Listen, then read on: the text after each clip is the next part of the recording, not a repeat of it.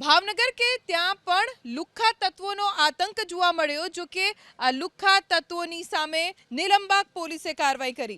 પથ્થરમારો કરનાર આરોપીઓને પોલીસ ઘટના સ્થળે લઈ ગઈ અને રિકન્સ્ટ્રક્શન કરાવ્યું। 7થી વધુ શખ્સોએ શનિવારે નાસ્તાની લારી ઉપર તોડફોડ અને પથ્થરમારો કર્યો હતો। લુખ્ખા તત્વો પ્રત્યે લોકોમાં ડર ઓછો થાય તે માટે પોલીસ આરોપીઓને એ જ સ્થળે લઈ ગઈ અને જાહેરમાં માફી પણ મંગાવી।